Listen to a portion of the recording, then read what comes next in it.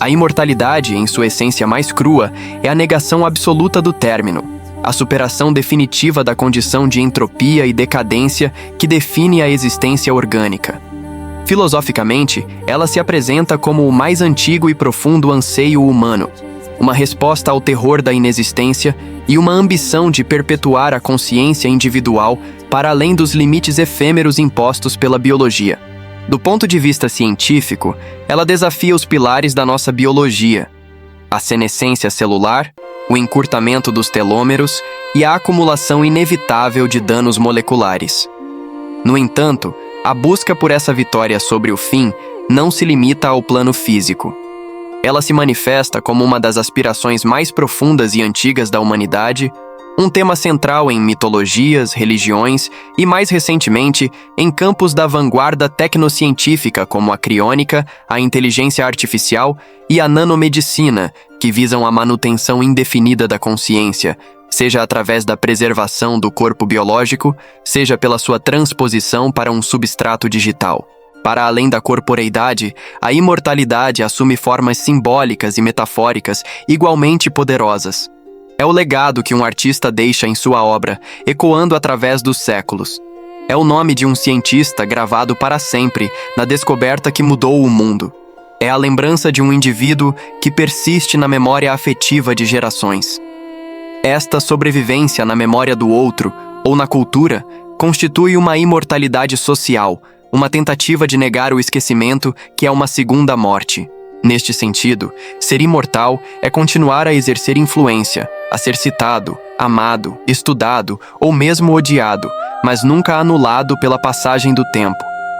É uma permanência no tecido da história e do conhecimento humano, uma forma de durar que, para muitos, é mais tangível e significativa do que a vida biológica infinita. O conceito carrega consigo um profundo paradoxo filosófico. O que significa ser eu sem o limite da morte para definir os contornos dessa mesma existência? A finitude é o que confere urgência, significado e valor às nossas escolhas, relações e experiências? Uma vida infinita poderia levar a uma apatia existencial, uma diluição do ser frente à perspectiva interminável do tempo? Portanto, a imortalidade é uma questão de redefinir a própria essência do que é viver.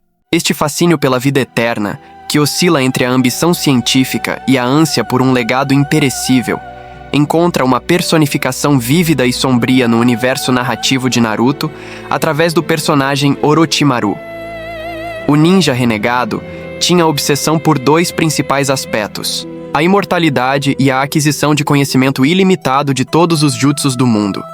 Para alcançar a imortalidade e ter tempo de aprender tudo, ele buscava corpos perfeitos, como o de Sasuke Uchiha, e realizava experimentos antiéticos em seres humanos. Sua busca não era pela perpetuação da memória ou por um legado simbólico, mas pela imortalidade biológica e consciente mais literal e egoísta possível. A transferência incessante de sua própria mente para novos vasos, desafiando a decomposição e a finitude que ele tanto desprezava.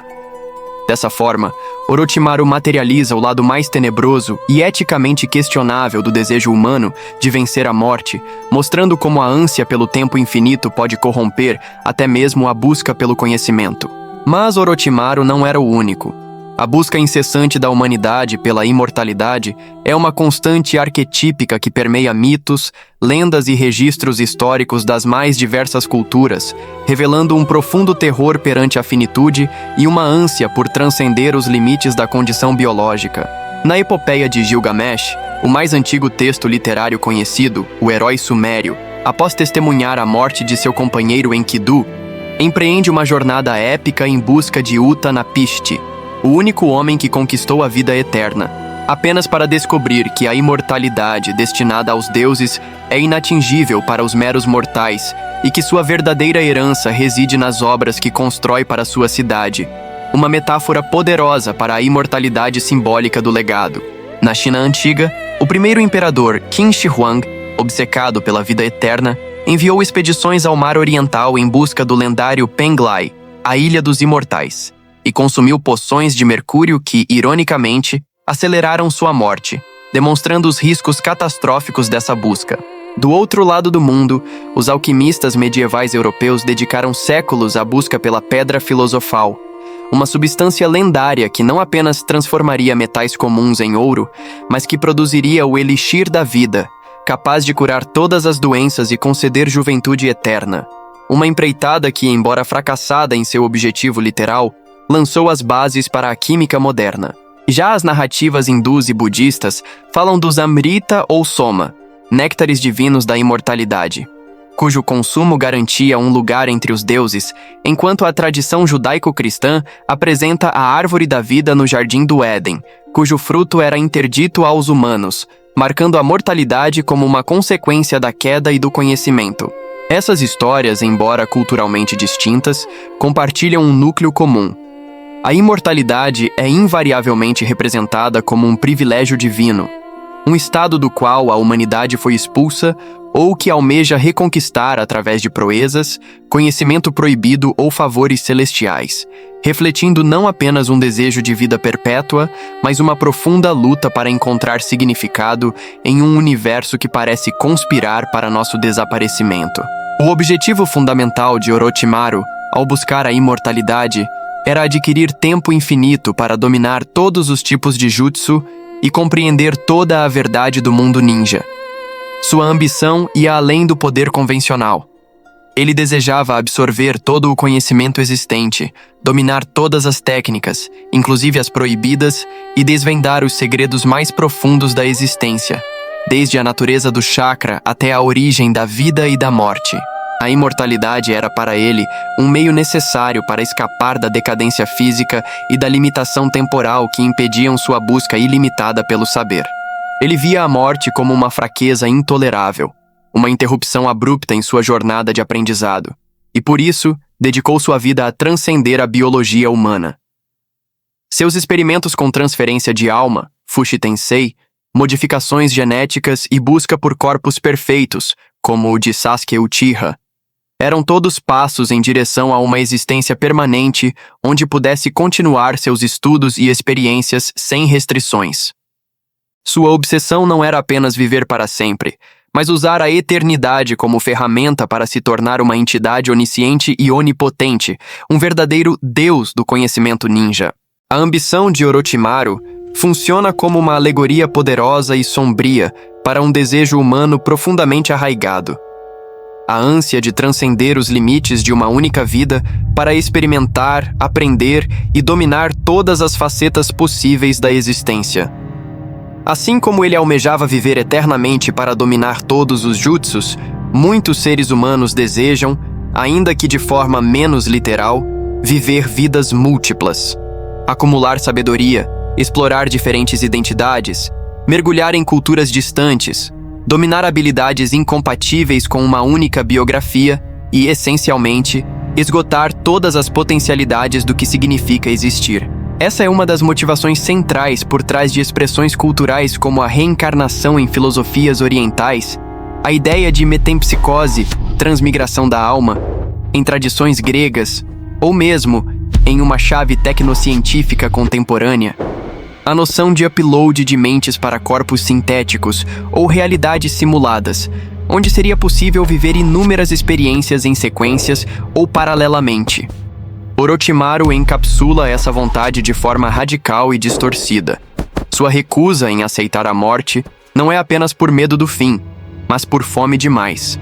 Mais conhecimento, mais poder, mais experiências. Ele é a personificação do impulso humano de negar a escassez do tempo e da oportunidade. No entanto, a narrativa de Orochimaru também serve como advertência.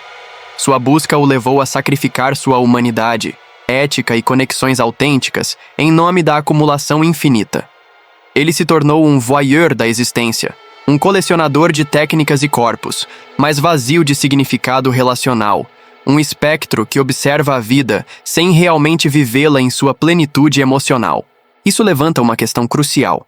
Valeria a pena uma existência infinita se ela fosse apenas um acúmulo superficial de experiências, sem profundidade, propósito ou ligações genuínas?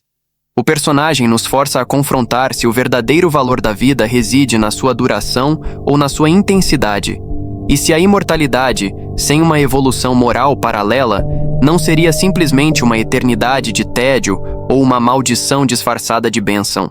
Sob a perspectiva do anarco-transhumanismo, a imortalidade é possibilidade tecnológica, mas também um imperativo ético de libertação individual e soberania corporal radical.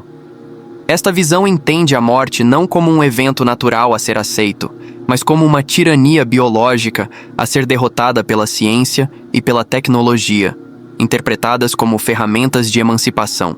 O movimento defende que o direito à extensão indefinida da vida e a conquista da morte é fundamental para a autonomia do indivíduo e que qualquer restrição a esse direito, seja por estados, por normatividades sociais ou por dogmas, é uma forma de opressão. A imortalidade é para nós como o estágio final da soberania individual, permitindo que cada indivíduo tenha o tempo infinito necessário para perseguir sua própria concepção de florescimento, conhecimento e experiência, em uma estrutura societária voluntária e descentralizada, onde ninguém tem o poder de proibir outrem de buscar a sua própria transcendência. Se a morte te parece menos um destino natural e mais um sistema opressivo a ser hackeado, se você enxerga na finitude não uma poesia, mas uma tirania biológica que limita sua sede infinita de saber, sentir e experimentar. Se a obsessão de Orochimaru por dominar todos os jutsus não te soa como vilania, mas como a mais pura expressão de uma mente que se recusa a ser interrompida, então este recado é seu. A imortalidade não é uma ficção, é um projeto político-tecnológico de libertação existencial. Junte-se à rede que está descodificando os mecanismos da morte, experimentando com a própria carne e construindo as ferramentas para uma existência indefinida. A eternidade não será doada, será hackeada. Se inscreva no canal Anarco-Transhumanismo Brasil. O saber absoluto aguarda aqueles que ousam roubar o fogo dos deuses. Inscreva-se. Rebelar-se é conhecer.